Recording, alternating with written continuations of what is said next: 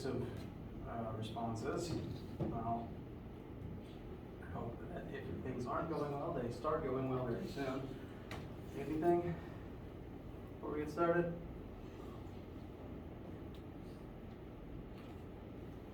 Do the tests look okay? Have you started reading a little bit? Or? I've started. They are looking good and fine. Just to provide some information about how, the process that I grade.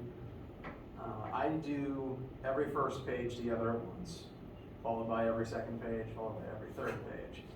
And the benefits of this is, if I notice a problem with my first page grading, I'm still on it, it's in my brain, and I can, make changes to it in that moment. Like everyone's still on the first page, I can just go back to the pile and tweak something. Like if a common mistake keeps coming up, I can note it or change how I score it.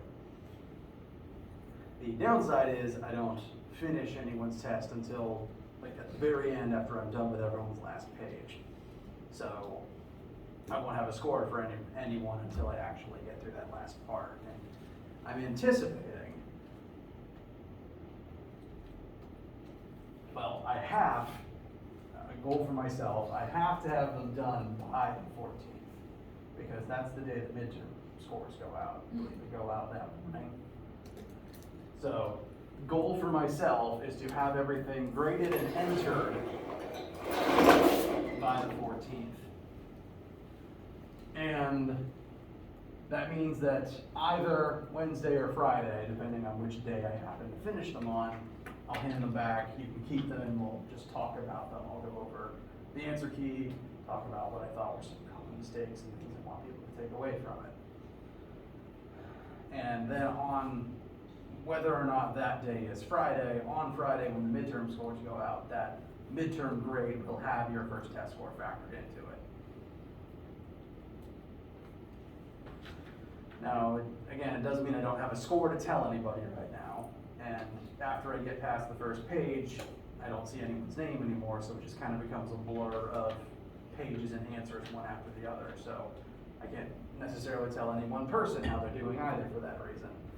But if you have any specific questions off the top of your head right now, I can answer them to the best of my ability. But do keep in mind we'll spend a part of either Wednesday or Friday next week just handing the test back out and talking about it then too.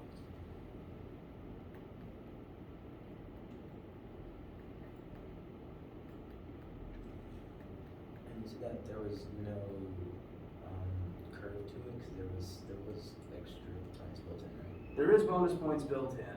I usually don't need to curve things. Like the average usually lands right where I want it to, and people do fine on the test. If a curve is necessary, if the average does dip below where it's supposed to, then obviously I made a bad test, and I will, one, rewrite the test for future years, and two, curve the score in that case. I can't ever plan for that because I never want to write a bad test. So what I'm hoping is just that one won't be needed. Did I answer the question? Yeah. Yeah. So Weather Time says that chapter 5 is due the 24th, is that right? Yes, I just changed that. My plan is to start chapter 5 today. Well, we've talked about what energy is, but we haven't done any of the math for it yet. So my plan is to begin that today. Next week, we don't have lecture on the 10th because of fall break, and one of the days will likely be taken up by tests being handed back out. So I'm not expecting, it's definitely not going to be a full week of learning next week. We might get one day in a full chapter 5 discussion. And so I'm just planning on setting aside the entirety of the 17th through the 21st to finish up chapter 5 if needed, and so I've set the homework the week after that. We may finish chapter 5 in the middle of that week. I won't make the homework due any sooner, it just means we'll start chapter 6 sooner. Cool. Okay, anything else on your minds?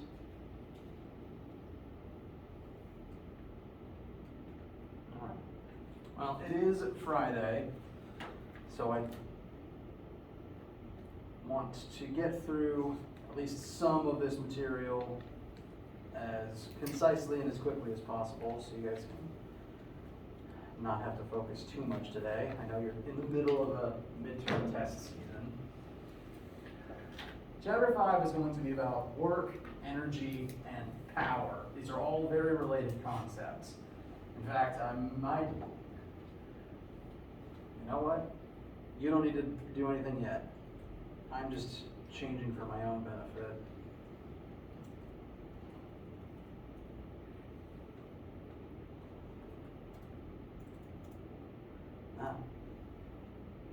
There we go. I'm changing the order those are listed because energy is the main focus of this particular chapter. Work is the use of energy, and power is the rate at which work is performed. So everything here ties back to the idea of energy. Depending on what other science classes you've had, you've already talked about energy, and I spent a little bit of time, maybe a week or two ago, talking a little bit about it, just kind of introducing how weird it is. That was my intent.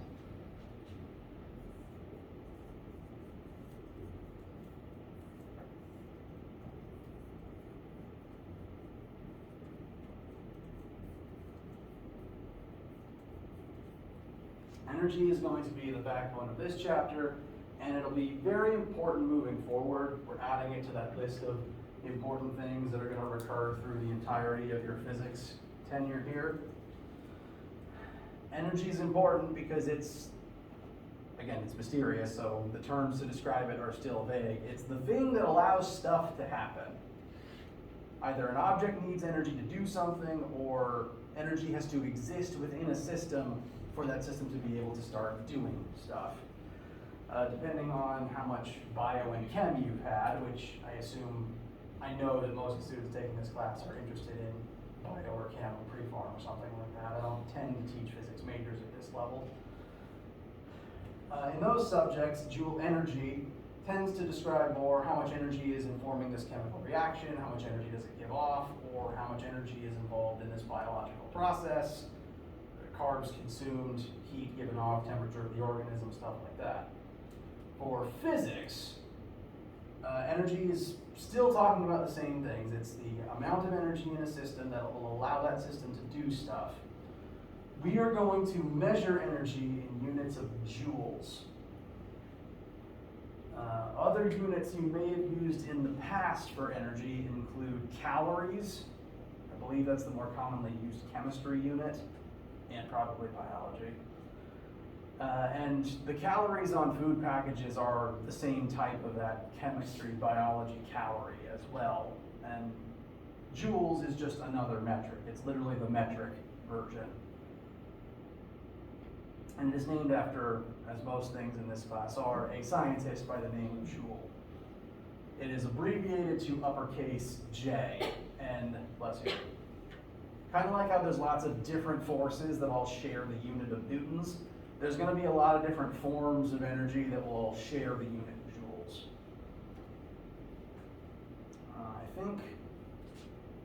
I always get this one wrong. I'm trying to remember a conversion off the top of my head, and that never goes as well as I'd like it to.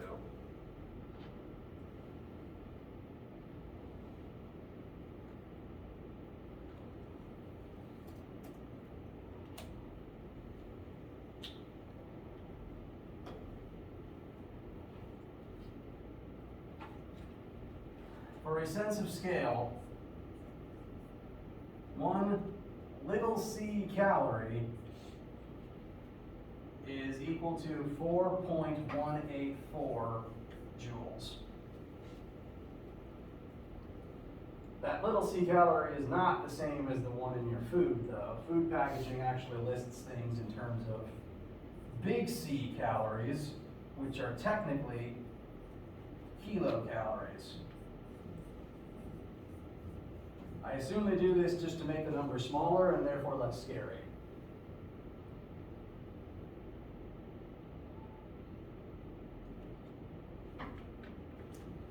I think 1 joule is the amount of energy needed to increase 1 gram of water by 1 degree Celsius. And And so kilocalories, I think, is a similar metric for a different mass of water. So, questions so far? Where's my cursor?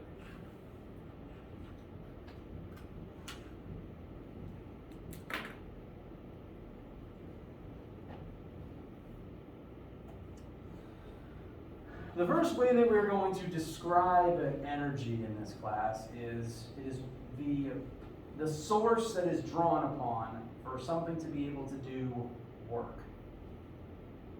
The physics definition of work is either using energy to accomplish a process or transforming energy from one state to another.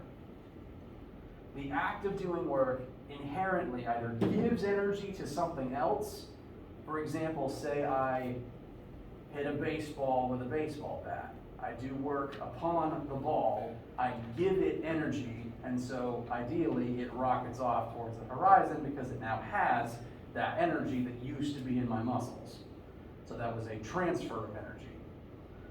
Additionally, work can also transform energy. Off the top of your head, what are some different forms of energy you can think of?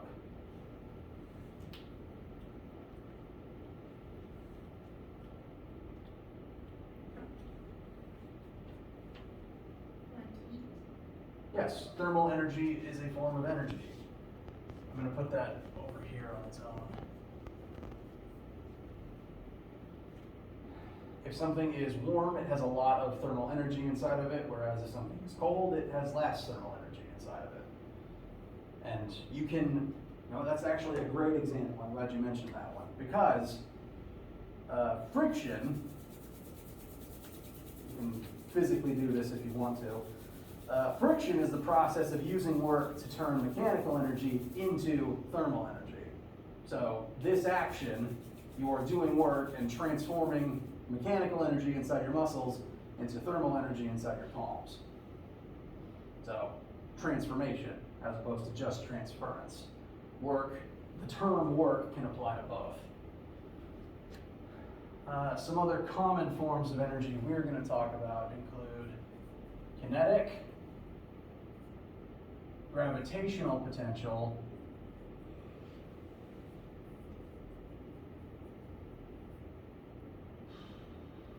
elastic potential,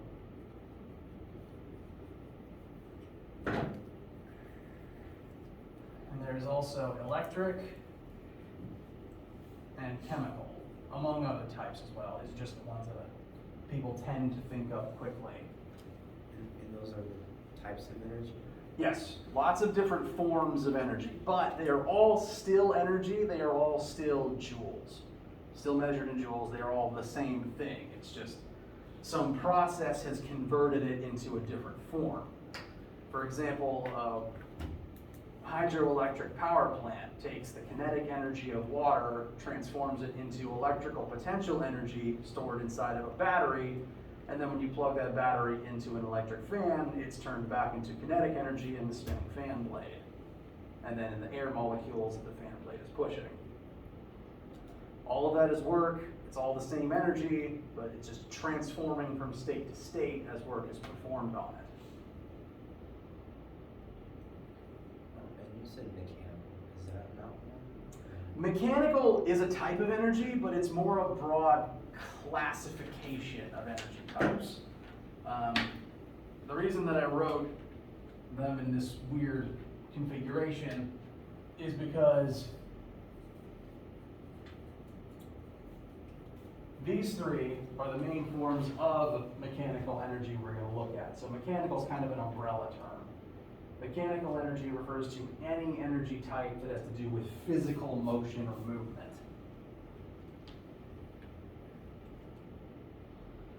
So generally, energy can be sorted into two forms. It's either mechanical, because things are moving or could be moving, or not mechanical if it doesn't directly involve motion yet in any way, shape, or form.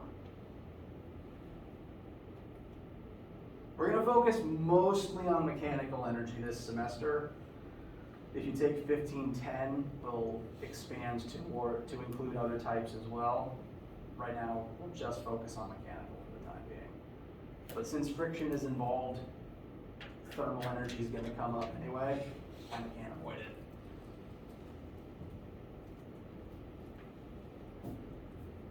So, I've been hand-waving a lot about the concepts behind energy. Let's actually now address the formula that I've been ignoring for about 10 minutes now.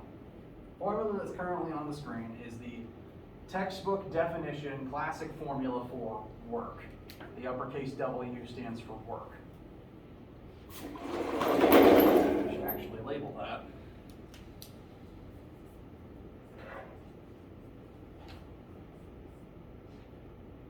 W stands for work, and since work is the act of using energy or transforming energy, the work in this formula tells you the amount of joules being used up by a process, or transferred or transformed by a process. So even though it's a W, it's measured in measured in joules, represents energy.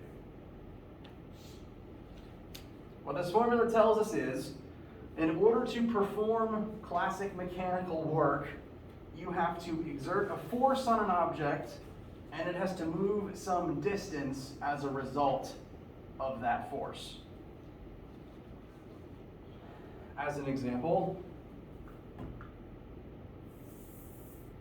I have performed work. Yeah, I think I've made this joke already, but if someone asks you if you've done your work yet for the day or not, you can do this and say, yes, I've done work. All you have to do, force times distance moved, and that is work done. That is the amount of joules, the minimum amount of joules it took to perform that particular process. This means that any time you move any part of your body, consciously or otherwise, you're exerting a force on some part of your body or whatever you're holding, that body part or that object you're holding are moving, you're using up energy to perform that process, you are performing work. This is why it takes energy, this is one reason why it takes energy just to be awake and to be alive. To be a living being, you are constantly moving things inside your body, consciously or otherwise, moving materials from place to place, pumping your heart, muscle tendons sliding across each other, moving your limbs, moving your eyelids. It all takes up energy because it's all force making something move. And you can calculate the energy drain of every single one of those little actions using this formula, as long as you know the force it takes. So, work equals force exerted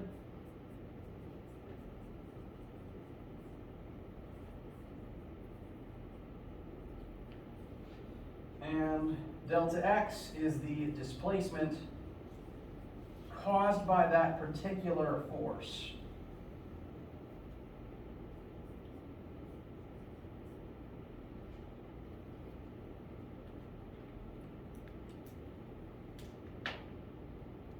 Now, it's a fairly simple formula. There's only 3 variables in it.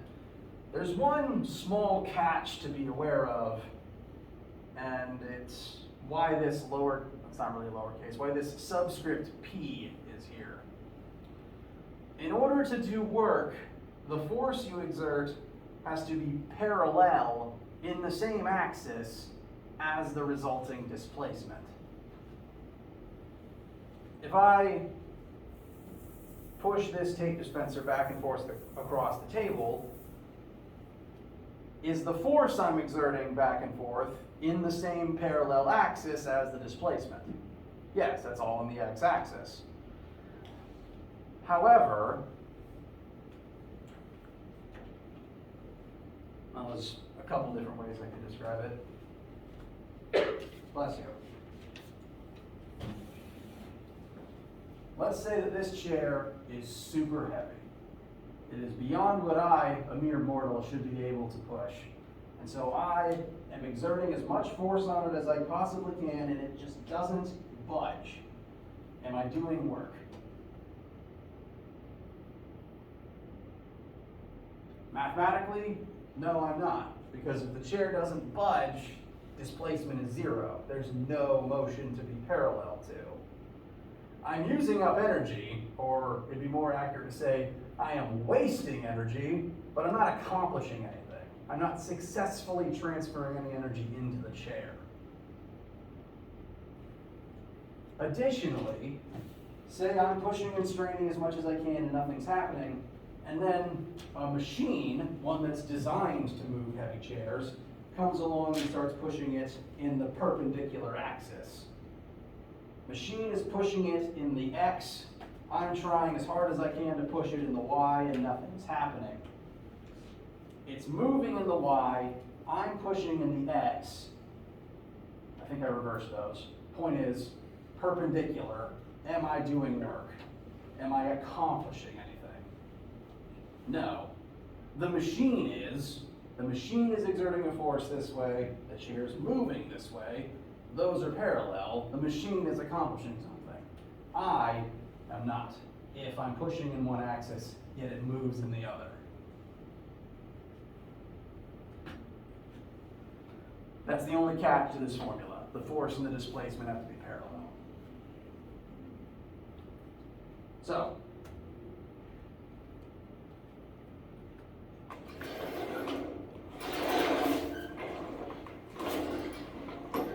let's say you're pushing a box across the floor. You're using 50 newtons of force, and you push the box 10 meters along the floor. How much work do you accomplish?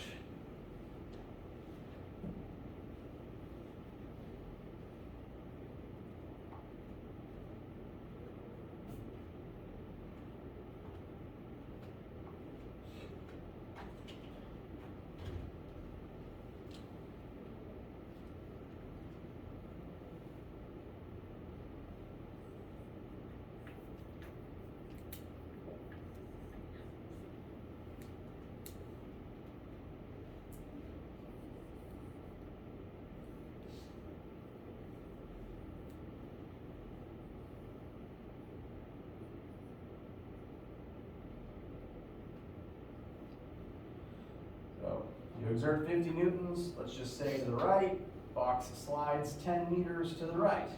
According to this formula, how much work do you do?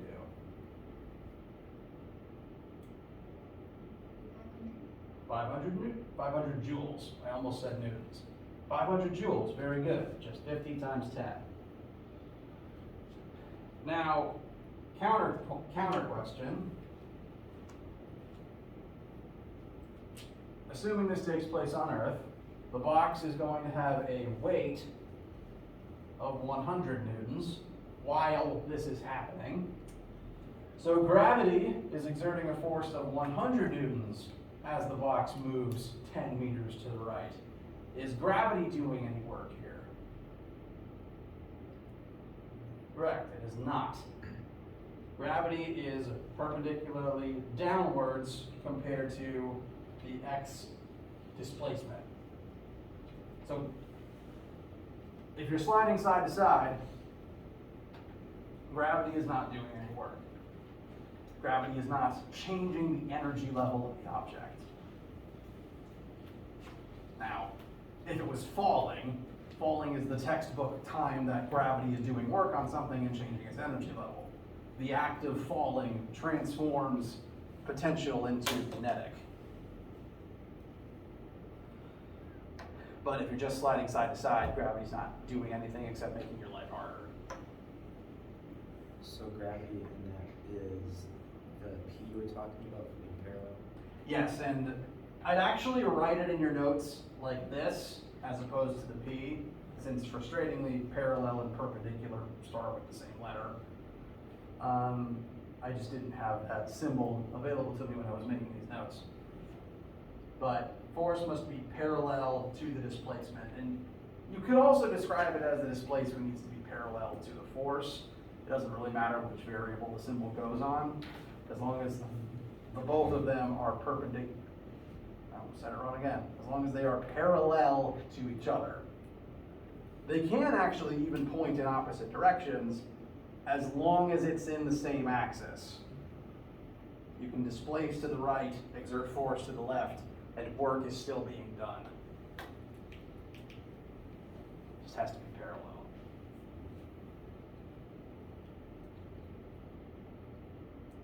Questions, comments, concerns?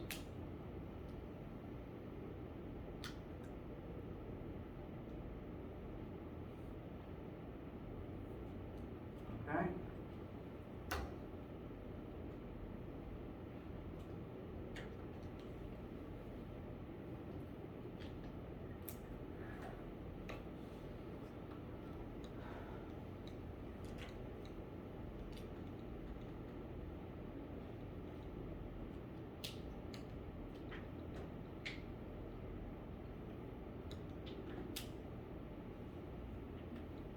We've already discussed a little bit that energy is mysterious and hard to observe directly. So just to briefly reiterate, you can never detect energy directly. You can only detect what something is doing when it has energy. And so what you can see an object doing with that energy helps to inform us what type of energy it currently possesses, or what type of energy it's currently using in order to do something. Off the very top of your heads, what's one of the most straightforward things you can see an object doing that tells you it has energy in some way, shape, or form? Yes, if it's glowing, it is currently radiating energy in the form of light. Very good. We'll talk more about that at the end of this semester, but very correct. What's the next most common thing you can think of for you can see something happening to know there's energy involved? Things boiling. That's another good one. Yes, if water is boiling, that means it's at its boiling point and heat is being added to it to induce a phase change. That's one for 1510. So you guys are ahead of the curve on this, actually. What's the third thing you think of then? If it's moving to an extent. Yes. Simple motion indicates the presence of kinetic energy. We'll look at two forms of energy and then we'll call it for the weekend. Kinetic energy is quite literally just the form of motion. After lightning, it was the type of energy that humans were most easily able to tell existed. Basically, if it's in motion, if you can tell it has some velocity, then it has some amount of kinetic energy that is allowing it to move. When you hit a baseball with a baseball bat, the work you're doing is imparting kinetic energy into that object to give it a velocity to allow it to move. The faster something moves, the more kinetic energy it has, the more kinetic energy it needs to maintain that speed. So, the formula for kinetic energy is Ke. It's one of the few variables that will be two letters because there's no better way to describe it in shorthand that I've found. Kinetic energy is equal to 1/2 times the object's mass times its velocity squared. Basically, its mass and how fast it's going determines how much kinetic energy it has that will allow it to move at that speed. Faster something is, more energy it takes. If it's a bigger object, it takes more energy to get it moving than a smaller object. It's pretty easy to throw a baseball, but it's harder to get a train moving because of the mass difference. Additional fun fact, this formula is one of the reasons we don't have light speed travel to let us get to other planets. Because spaceships have a lot of mass, meaning they need a lot of energy to go fast. I think the energy required to get one spaceship actually made of real materials up to light speed is more energy than exists in this solar system.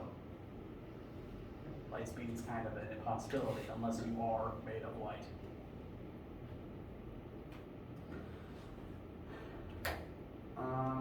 There's one more energy form we'll talk about right now so that we have two different forms to compare.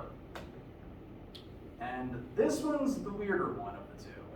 Of the types of energy we'll talk about, this is one of the odder ones for 1500, and that is gravitational potential energy. The blanket term potential energy refers to any form or any type of energy that is not actively being used to do something. It's being stored for later. Conceptually, you've interacted with this before, because all food you eat is chemical energy stored for you to use later, and all batteries have electric chemical potential energy stored in them to let your phone or whatever device you have use it later. So if the word potential is present in the type of energy, it is stored and will be released at a later time. Therefore, gravitational potential energy specifically is energy that is stored in an object's ability to fall. It is an odd concept, but by virtue of holding this marker above the top of the table, this marker could be falling. It has that ability. Let's just call this a meter. It could fall 1 meter as I release it. As soon as I let go of it, it starts picking up speed. It gains speed, it gains velocity all the way until it hits the table. As it gains velocity, that means that it's gaining kinetic energy. Remember, this marker has mass, it gains velocity, that means it's acquiring kinetic energy as it falls. Where is that kinetic energy coming from?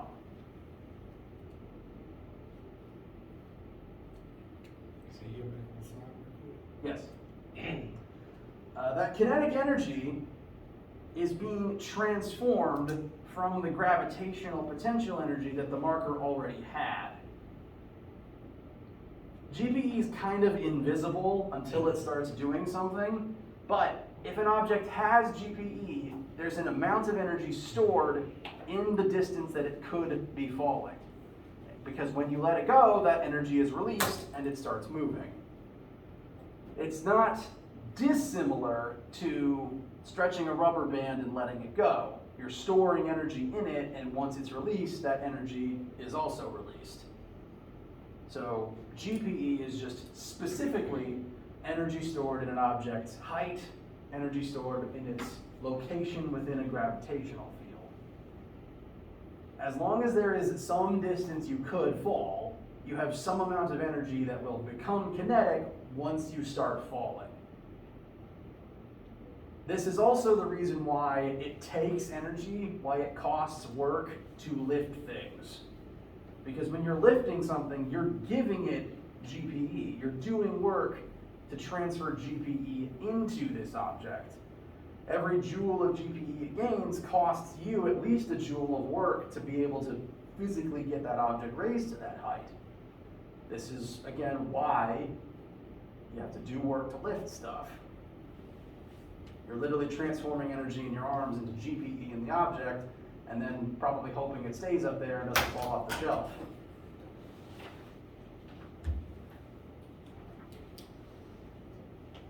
Questions? Okay. These are the first two types of energy that we'll be studying to any significant degree. And since now we've discussed two types, next week, whether it happens on Wednesday or Friday, we'll discuss how work can transform energy between those two types. And that's all I want to talk about today. It's Friday. I can tell you guys are tired. Please go enjoy your day.